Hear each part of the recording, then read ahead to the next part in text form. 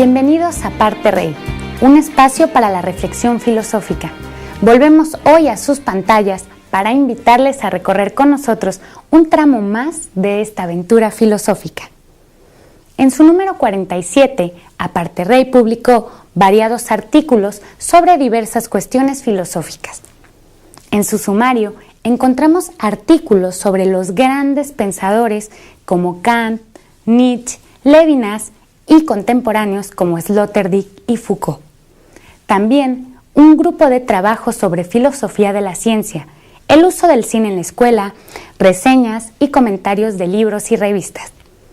Nuestro retrato del mes está dedicado a Bruno Latour, un polémico sociólogo de la ciencia que se declaró no moderno y que emplea un análisis muy original para comprender esa poderosa creación de los hombres que es la ciencia.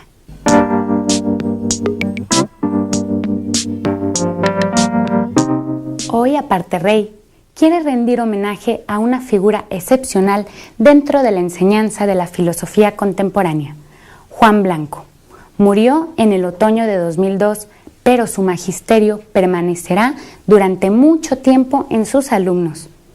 De Juan Blanco dijo quien fuera vicepresidente del gobierno español, Alfonso Guerra. Juan Blanco, conocido como el Pájaro, en una época en la que todos disponíamos de un hombre de guerra, era un verdadero filósofo popular sevillano, un educador de rebeldes. El Pájaro era el maestro a la manera socrática. Su fuente inextinguible de saber eran los textos clásicos, Sócrates, Platón, Aristóteles, pero sus conocimientos se ampliaban con los filósofos contemporáneos. En sus clases, los clásicos no nos aburrían. Él los desempolvaba y remitía continuamente a la actualidad y a la realidad, con un estilo muy científico, pero también desenfadado, festoneando sus explicaciones con risas e ironías. Juan Blanco, como Séneca, Sócrates, Kant, Wittgenstein, comprendió que filosofía y vida no eran algo separable y por lo tanto su enseñanza no podía recluirse en la academia, en la institución, sino que debía ejercerse en la calle, en el café, en el trato amigable y desenfadado con los discípulos. Quizá no haya existido en España un maestro de filosofía como él. Para celebrar su persona y su enseñanza, hoy nos acompaña Carlos Muñoz, director de Aparte Rey, quien conversará con Francisco León Florido, catedrático de Filosofía en la Universidad Complutense, y Valentín Fernández Polanco, profesor de Filosofía en la enseñanza secundaria y profesor colaborador en la Complutense, ambos discípulos de Juan Blanco. Contaremos además con diversos testimonios de algunos de sus alumnos.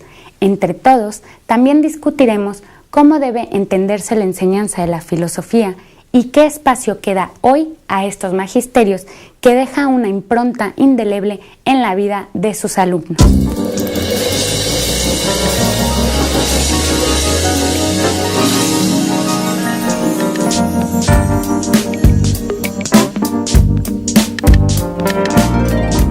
Gracias Tania, gracias Paco, gracias Valentín por vuestra presencia hoy en Aparte Rey.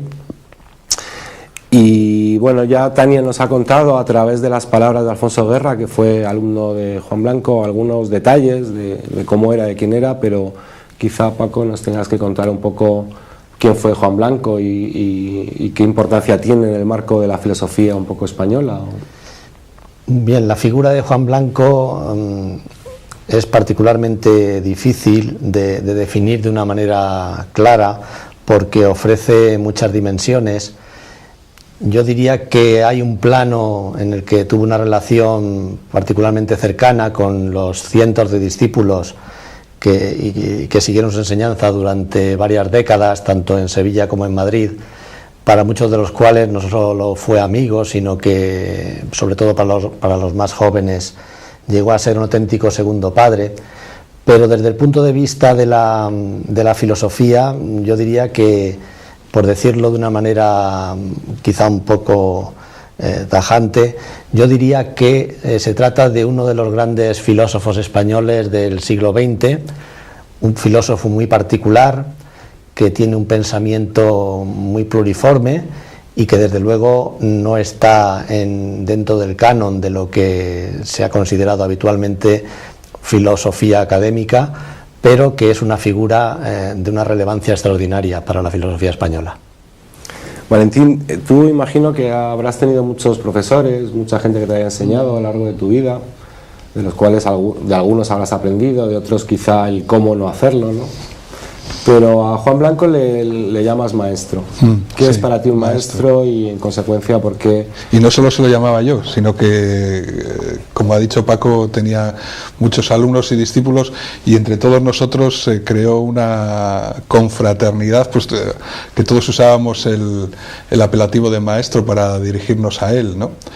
Y yo la diferencia que señalaría entre un maestro y simplemente un profesor es esencialmente en que un maestro se ocupa solamente de una parte, de enseñarte en una parte de tus competencias o de tus destrezas, mientras que el maestro te forma en la totalidad.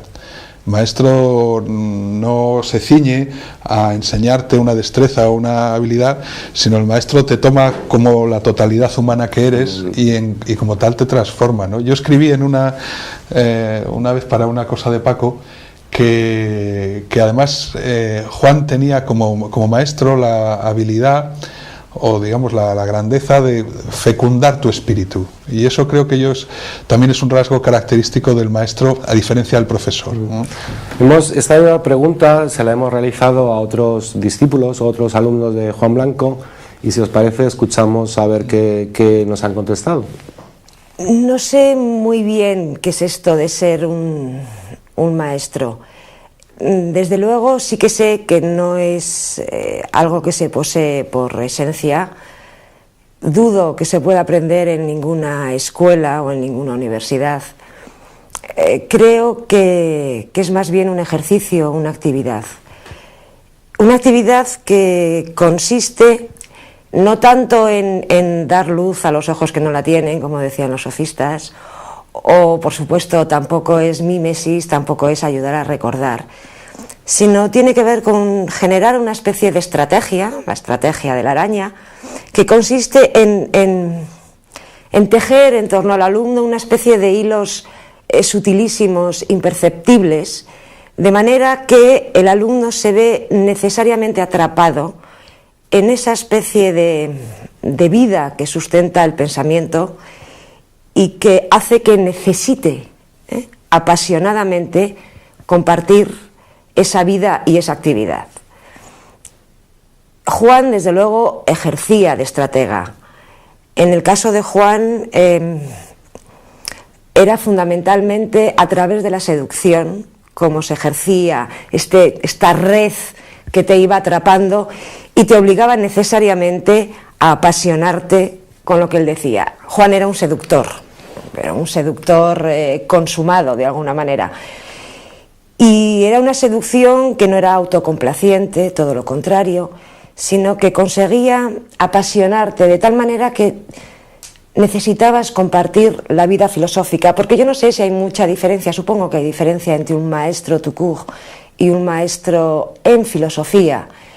Y en Juan el pensamiento estaba ligado a la vida. Su vida era una vida filosófica porque su mirada y su forma de estar en el mundo era estrictamente filosófica.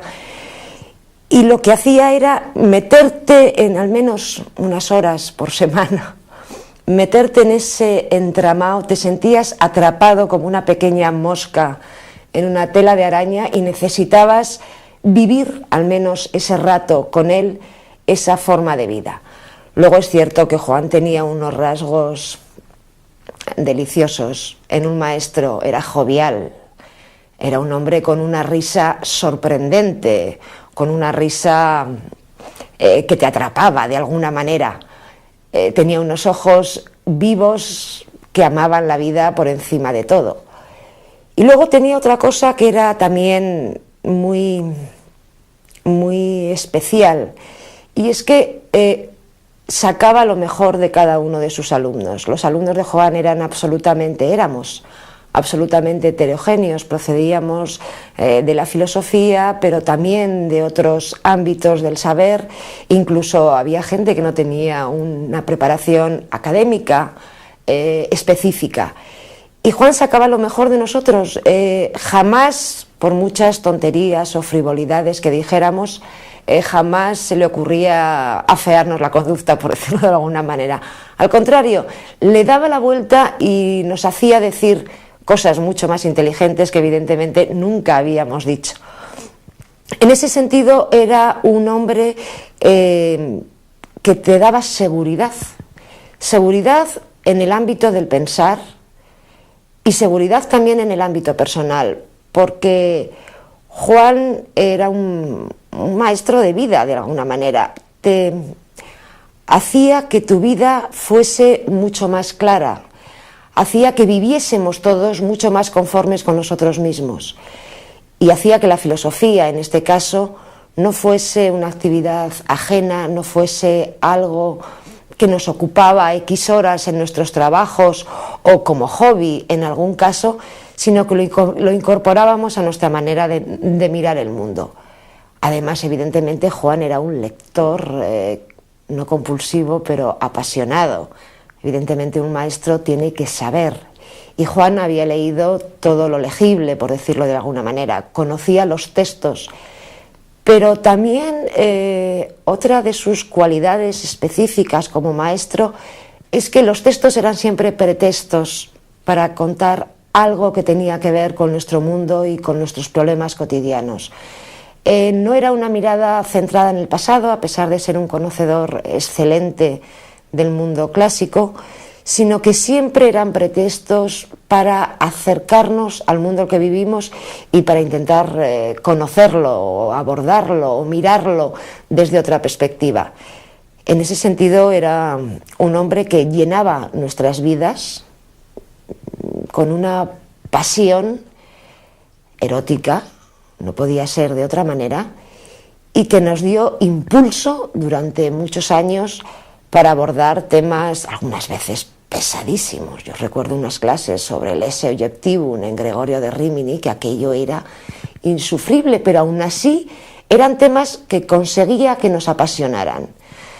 Y me parece que se debe fundamentalmente a ese arte de la seducción que practicaba con una naturalidad y con un convencimiento arrollador. Pues la pregunta yo creo que es bastante complicada porque implica tomar una postura frente a la educación. Y creo que un maestro en ningún momento es un profesor universitario actual, no es un magíster en el sentido que imprime magisterio, sino que es alguien que guía al alumno, que lo motiva para ir encontrando dentro de sí, o en sus propias maneras de ser y en sus propios intereses, su propia estructura y en esto su propia manera de pensar. Yo creo que en esto Juan era un maestro y creo que además hay que recalcar este hecho antiuniversitario o antirreglado que tenía la maestría o la enseñanza de Juan. Juan llegó a tener pues a la vez más de 200 alumnos y muchísimo más a lo largo de toda su vida de magisterio o de dar clase, pero eran alumnos que no respondían a ninguna estructura reglada, ninguna estructura administrativa, y que iban ahí porque estaban realmente buscando una guía para poder continuar en sus propias indagaciones, en su propia vida y en su propia búsqueda. Y esto es una cosa que es totalmente ajena al modelo educativo que estamos planteando hoy en día, un modelo que se basa cada vez más en estructuras regladas, en examen, en búsqueda de contenidos, en búsqueda de saberes prácticos, pero no para invitarles a recorrer con nosotros un tramo más de esta aventura filosófica. En su número 47, Aparte Rey publicó variados artículos sobre diversas cuestiones filosóficas. En su sumario encontramos artículos sobre los grandes pensadores como Kant, Nietzsche, Levinas y contemporáneos como Sloterdijk y Foucault. También un grupo de trabajos sobre filosofía de la ciencia, el uso del cine en la escuela, reseñas y comentarios de libros y revistas. Nuestro retrato del mes está dedicado a Bruno Latour, un polémico sociólogo de la ciencia que se declaró no moderno y que emplea un análisis muy original para comprender esa poderosa creación de los hombres que es la ciencia.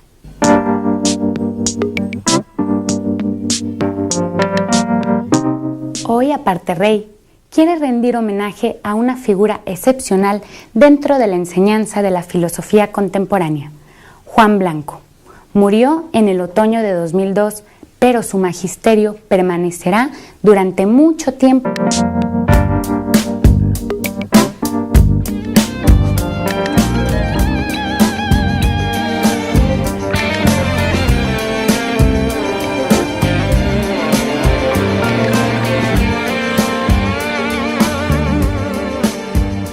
Bienvenidos a Aparte Rey, un espacio para la reflexión filosófica.